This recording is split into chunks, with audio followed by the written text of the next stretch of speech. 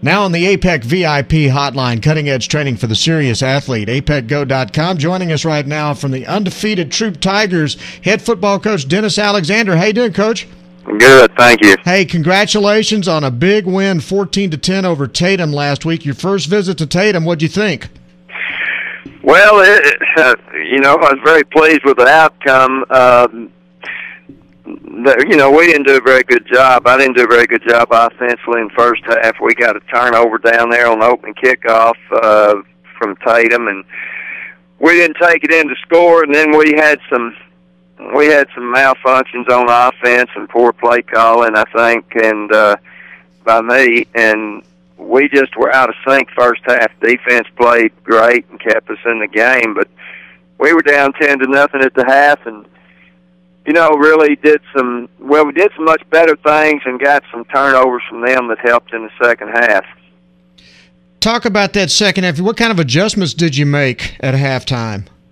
Well, we thought we could move the ball, and we did move it, but we were either having problems with penalties or a mistake here or there, so we didn't do anything in the third quarter to score, and then they just dropped the punt snap at the last play of third quarter, and we got the good field position on the 7 and scored. And then our defense had really been playing good, and we got the ball back, and next possession about midfield, and we threw a 46-yard pass and got it down to the 1 and scored. So we're up now 14-10.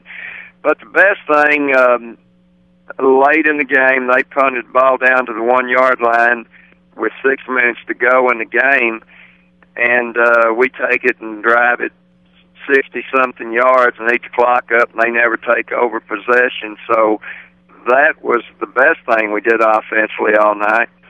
That's got to make you feel really good to be able to ice a game like that. Well, it was good because they do have great speed, and they beat White Oak the week before in the last 30 seconds on a 50-yard screen pass. And, obviously I don't think Tatum is overall as good as they've been, and they lost a lot of starters last year, but they still got the great speed and ability to make big plays. But we were able to overcome them, last week anyhow. Well, and not only that, but they got the tradition and playing at home, and you were able to take all of that away and win the ball game. That's huge. Well, it was big, and it's like most big winning programs. They get a lot of calls that go their way at home, and that was happening there for a good while. So we overcame some difficult situations. Toughest place you've played in this year? Oh, yes. Okay. All right. Now, I got to ask you, when you first took this job, again, just weeks before the season started, before practice started for August, did you ever have any idea that your football team would be sitting here at 7-0 and 2-0 in district now? Well, I had the hope that it would.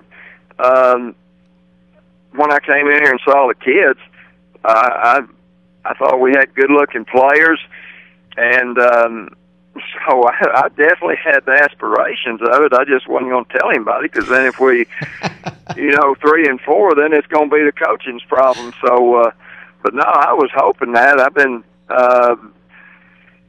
been playing some of these schools, not Tatum, but played Jefferson a few years ago, and I knew played White Oak, played Harmony, and all those. So I knew we didn't have the talent at Harleton that I had here. So I guess I have enough confidence that I thought, hey, if things go good, we got a chance. But you played poker, didn't you? Well, I've lost a lot, yes. I don't believe that at all. Now, as far as the game coming up against Sabine now, what do you know about them? Well, it's not Sabine, it's White Oak. Oh, I'm sorry. Yeah, White Oak. I misread. I'm sorry. Well, that's a big concern. I thought 3 or 4 weeks ago, I thought we got better players, and if we could get by the first two, we'd be in really good shape. But the way they're playing right now, I tell you, White Oak's as good as we are. Their defensive line and linebackers are really strong, good speed in the secondary. People are going to say, oh, White Oak doesn't have the speed Tatum and Jefferson has. That's not true. Number 1, the McCurdy kid is a fabulous athlete. Number 4 is the 22, the running back.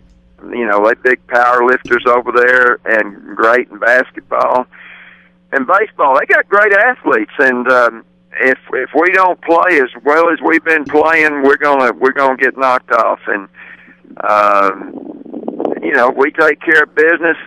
We're in good. We can win the game and be in good shape. I think because we do have better athletes than the last two opponents, but White Oak is much better than people realize. Their only mistake this year was really getting blown out by Bullard, but they played Tatum 28-21 and dominated a lot of things in the game. Do you have a feel yet, because you know what a state championship looks like, and you've won enough of them, do you have a feel yet for how good your team could be? No, we can be good. And we've got, I think, one of our things, we've been behind in 4 games, and I don't mean just behind 3 points. It's not too good to be behind at Tatum 10-0 at the half, and 14-0 to Jefferson in the first quarter.